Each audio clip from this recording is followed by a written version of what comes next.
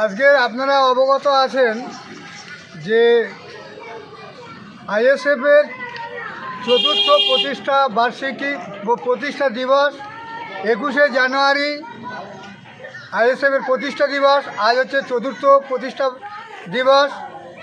আর এই লক্ষ্যে আমাদের আইএসএফের কর্ণধার এবং আইএসএফের একমাত্র বিধায়ক মাননীয় নওশাদ সিদ্দিকী মহাশয়, তিনি কলকাতার রাজপথে রানী রাসমণি রোডে জনসভার জন্য আয়োজন করেছিলেন, কিন্তু আমাদের রাজ্যের শাসক দল তাদের এটা সহ্য হয়নি। ফলে তারা যাতে এই জনসভা না করতে পারে আইএসএফ, সেই জন্য তারা প্রশাসনের মাধ্যমে তারা হাইকোর্টে যায়। যাই হোক, হাইকোর্টের আমাদের প্রথমত জয়লাভ হয়, আমরা ওখানে জনসভা করার পারমিশন পাই। পরবর্তীতে ওদের গাত্র দেওয়া হলো যে সেই তো আমরা যে জন্য হাইকোর্টে গেলাম সেটা ওরা করতে পারছে, এই জন্য ওরা আবার ডিভিশন বেঞ্চে গেল।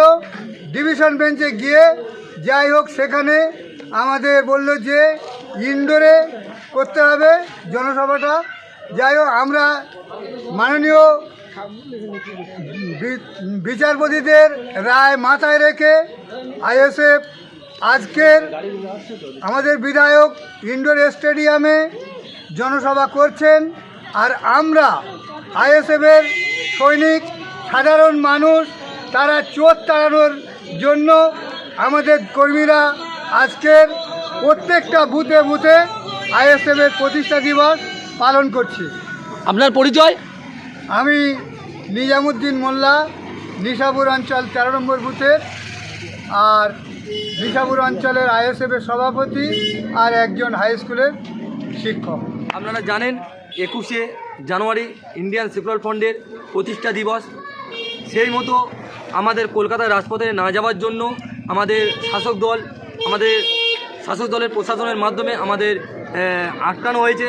তারপরে আমরা হাইকোর্টে যাওয়া হয়েছিল। হাইকোর্ট থেকে আমাদের যশ সামান্য কর্মী সমর্থন নিয়ে আমাদের ইন্দোরে একটা প্রোগ্রাম হবে। তো আমরা পশ্চিমবাংলার বিভিন্ন প্রান্তে আমরা পতাকা উত্তোলনের মধ্য দিয়ে আমরা আমাদের এই কর্মসূচি পালন করছি।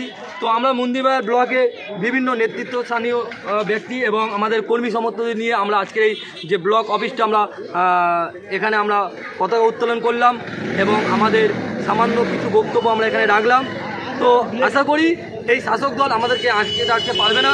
আগামী দিন আরও বৃহত্তর মানুষের ঢল নামবে, কারণ শাসক দল যে অন্যায়ভাবে এরকম আমাদের ওপরে চক্রান্ত করে আমাদের এই সভাগুলো বন্ধ করতে যাচ্ছে, এটা মানুষ মেনে নেবে না। সাধারণ মানুষ বুঝতে পারছে যে এই শাসক দলের পিছনে মানুষ আর নেই, তাই বাধ্য হয়ে আইএসএফের প্রোগ্রামকে বন্ধ করার চেষ্টা করছে।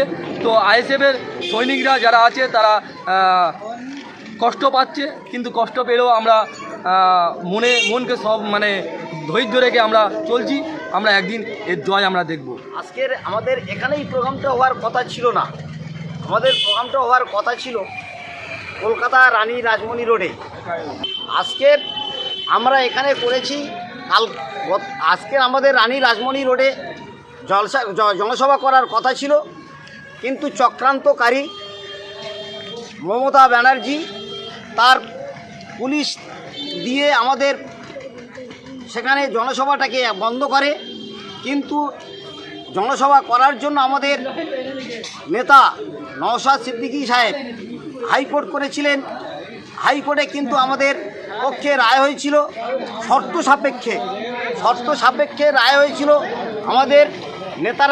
আমাদের দলের নেতা বলেছিলেন ঠিক আছে, শর্ত সাপেক্ষে আমরা ওখানে জনসভা করব, কারণ যা রায় হয়েছে রায়ের বিপক্ষে একটুও কোনো বক্তব্য আমরা রাখব না। সেই হিসাবে আমরা সেখানে জনসভা করার জন্য প্রস্তুতি নিয়েছিলাম, কিন্তু আবার ওই চক্রান্তকারী শোষক দল ওরা আবার হাইকোর্টে ডিভিশন বেঞ্চ করে।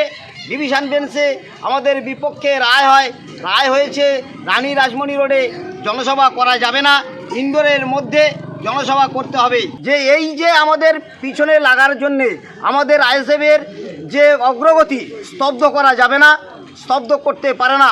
তাই আমরা আমাদের বাধ্য হয়ে আমাদের ব্লক অফিসে এসে সমস্ত জায়গা, সমস্ত অঞ্চল তথা বুথ সেরে লাস্ট আমরা আমাদের মন্দির বাজার পার্টি অফিস পোলেরহাট হায়দারের মোড়ে এসে আমরা পতাকা উত্তোলন করে আমরা আমাদের এখানে পতাকা উত্তোলনের কাজ শেষ করলাম। আমি শাহাবুদ্দিন পাইক, কৃষ্ণপুর অঞ্চল আইএসএফ সহসভাপতি।